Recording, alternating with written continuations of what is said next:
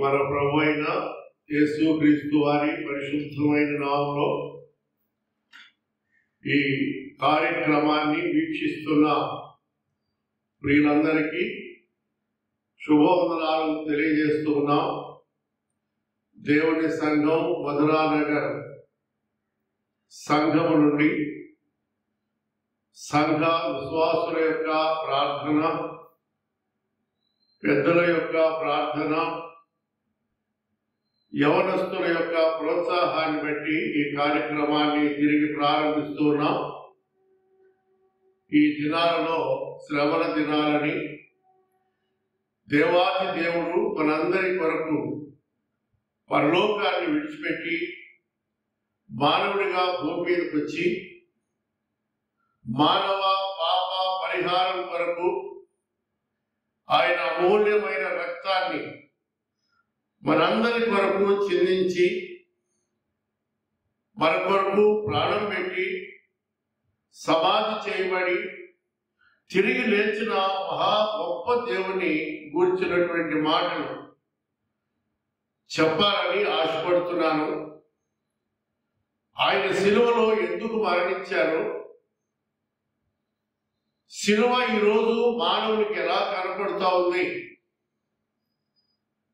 అపోస్తలుడైన పౌలన్న కొరింథీ సంఘానికి ఉత్తరం రాస్తూ 1 కొరింథీ పత్రిక 1వ అధ్యాయం 18వ వచనంలో ఓ అద్భుతమైన మాట చెప్పారు. ఆ మాట ఏంటంటే, శిలువను గూర్చిన వార్త నశించుతున్న వారికి వెరితనం గాని రక్షించబడుతున్న మనకు దేవుని శక్తి. శిలువను గూర్చిన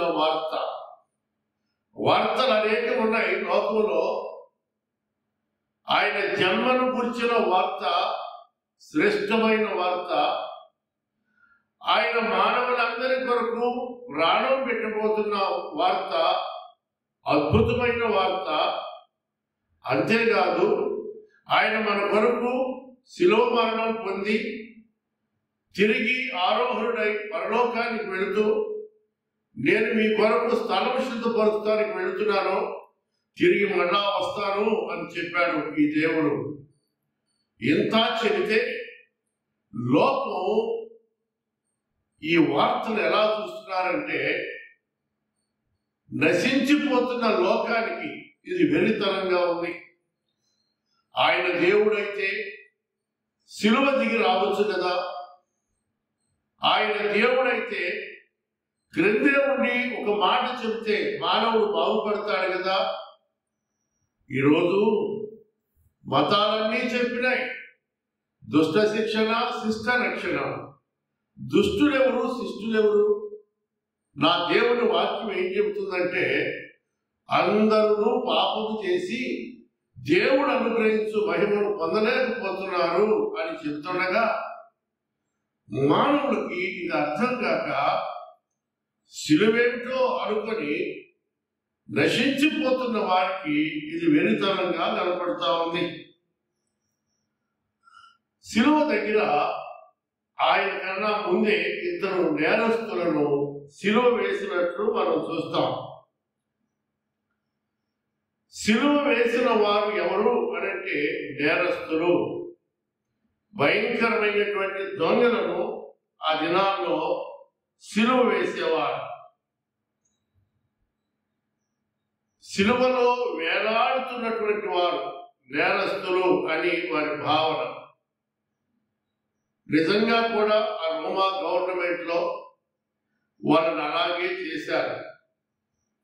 లూకా రాసిన సువార్త 23వ అధ్యాయం 33వ వచనంలో మనం చూస్తే, వారు కపాలమనబడిన స్థలమునకు వచ్చినప్పుడు అక్కడ కుడివైపున ఒకరిని ఎడమ వైపున ఒకరిని ఆ నేరస్తులను ఆయనతో కూడా శిలువ వేసిరి.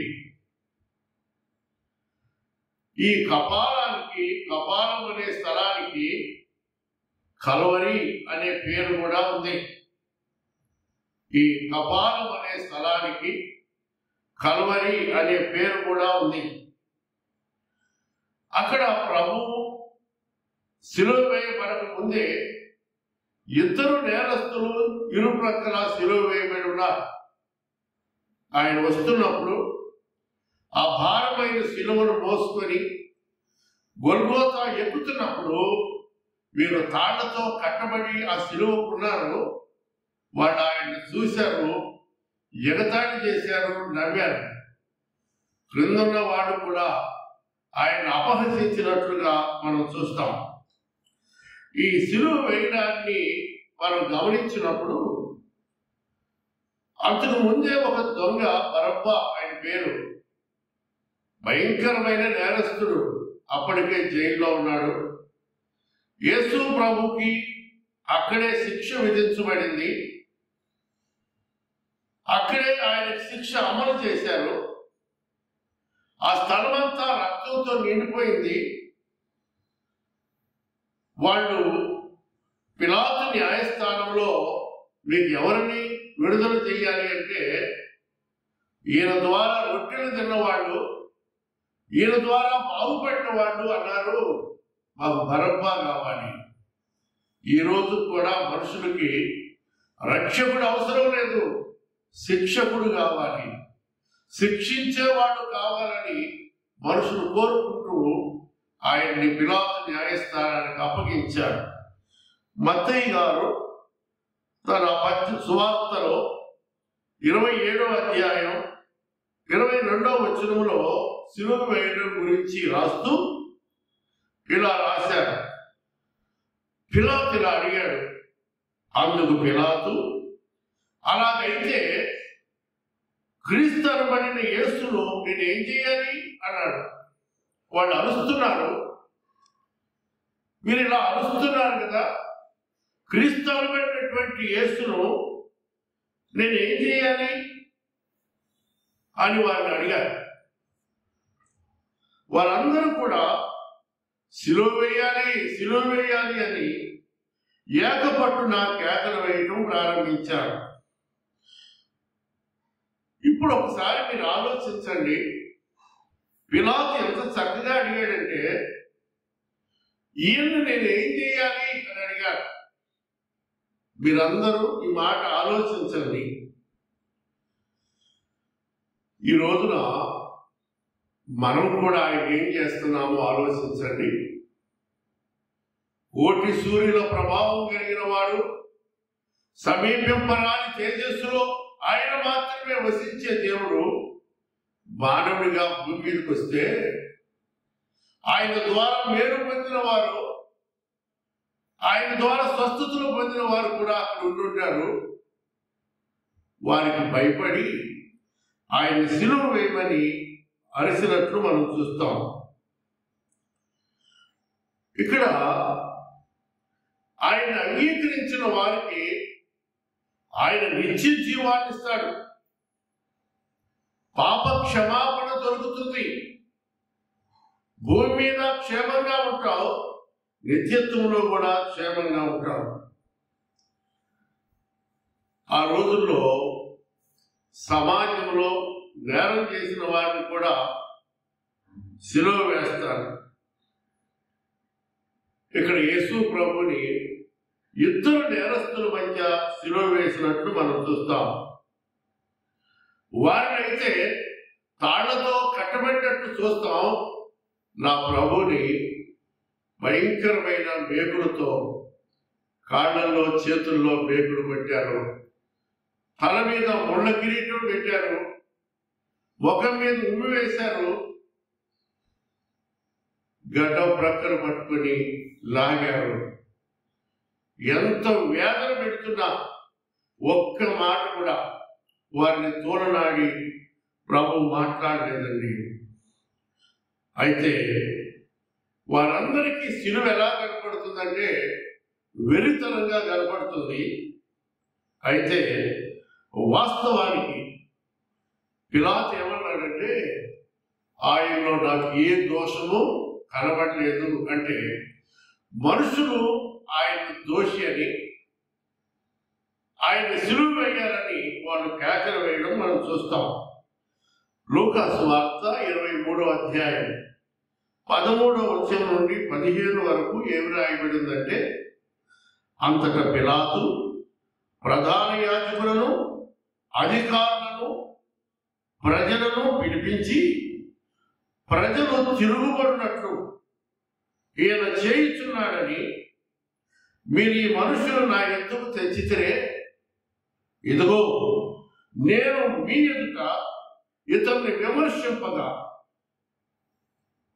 మీరితని మీద మోపిన నేరములలో ఒక్కటైనా నాకు కనపడలేదన్నాడు.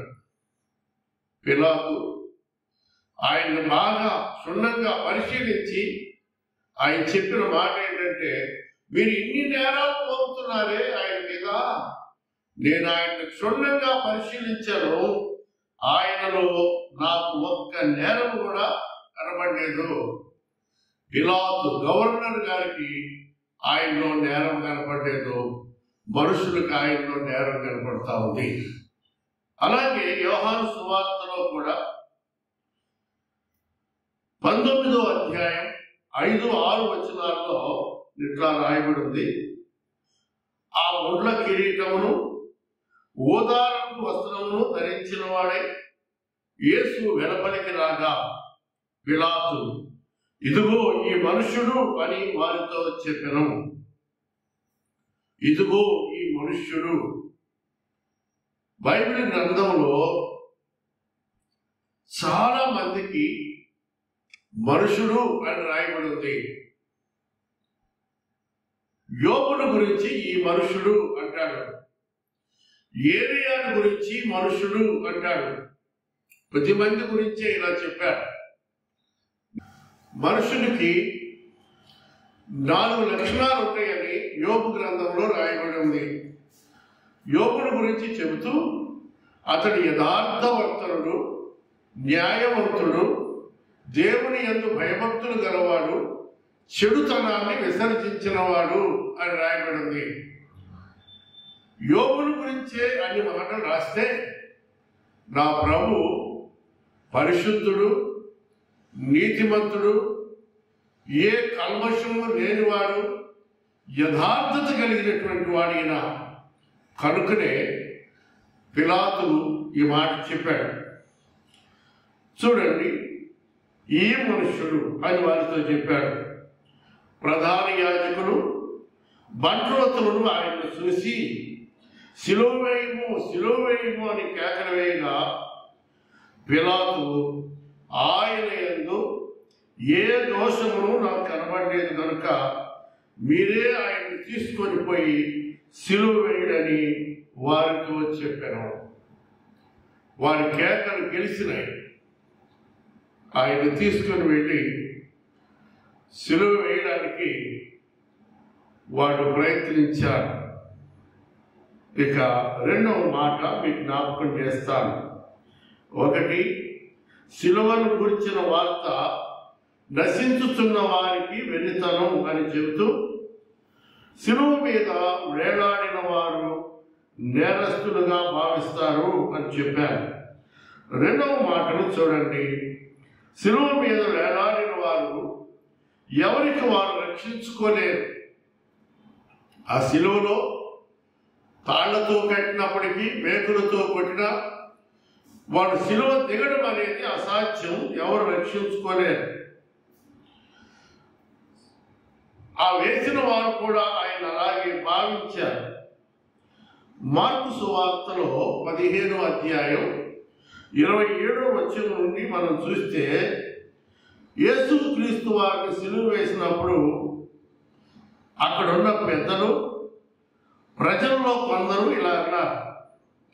ఏమన్నారంటే, సిలువ మీద నుండి దిగి నిన్ను నీవే రక్షించుకో యేసు, చేతనైతే సిలువ దిగిరా. ఆయన ఇలాగా బలవంతం చేస్తున్నారు. కొంతమంది అన్నారు, తనను తాను రక్షించుకోలేని వాడు ఇతరులు ఏమి రక్షించగలడని వాళ్ళు అనుకుంటున్నారు. ఈ రోజున కూడా చాలా మంది జ్ఞానులు, గొప్పవాళ్ళు అనబడిన వారు ఇదే మాట అంటున్నారు. నిజంగా ఆయన దేవుడైతే శిలువ దిగి వచ్చినట్లయితే మేము నమ్మేవాళ్ళమే అన్నారు. ఆయన శిలువ దిగలేక కాదండి, ఆయన కనుక శిలువ దిగితే ఈ మాట్లాడే వారంతా నిత్య నరకానికి వెళ్ళిపోతారు.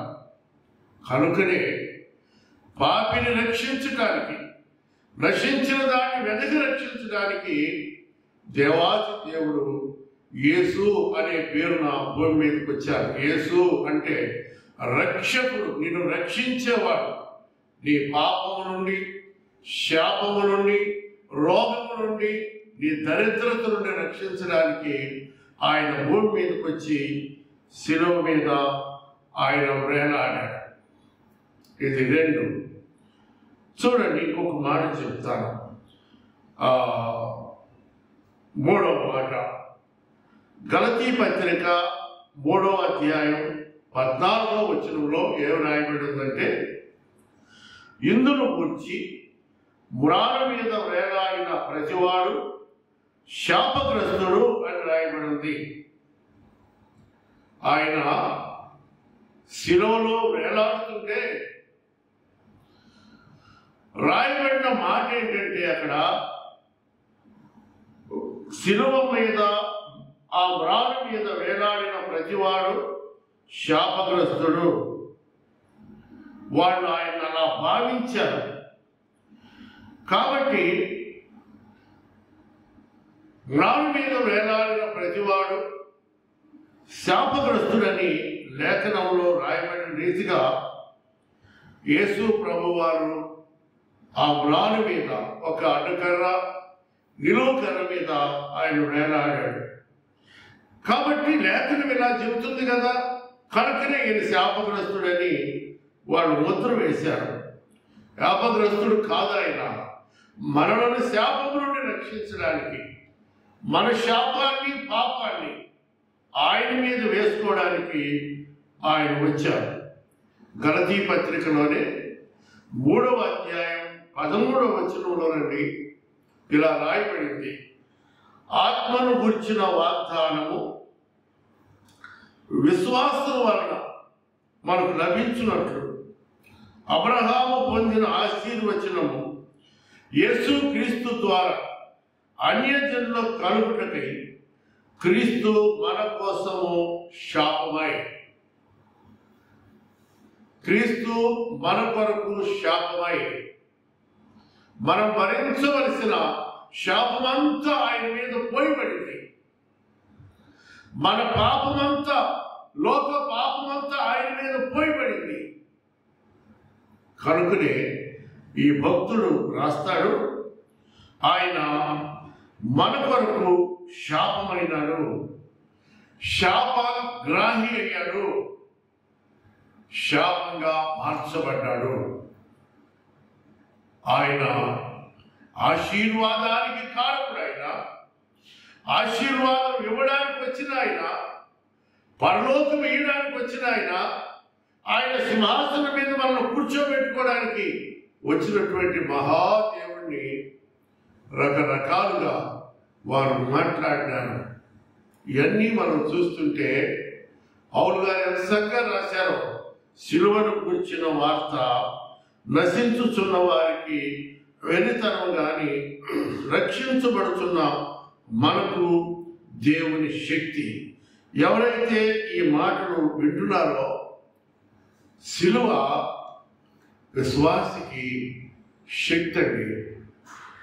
రక్షించబడిన వారికి దేవుని శక్తి, రక్షణ లేని వారికి అది వెరితనంగానే ఉంది. నేటికి కూడా అన్యుడేదో అంటే అనొచ్చేమో కానీ క్రైస్తవులమని చెప్పుకుంటున్న వారు కూడా శిలువని ఎంత హేళన చేస్తున్నారని వారు మనసు కొందరు సంవత్సరానికి ఒకసారి ఉపవాసాలు, సంవత్సరానికి ఒకసారి ఏదో వేషధారణ. నిజంగా చెప్పండి, భక్తేనా? నేను కూడా నాకు ప్రభు తెలియని రోజుల్లో ఇలాగే చేసేవాడిని.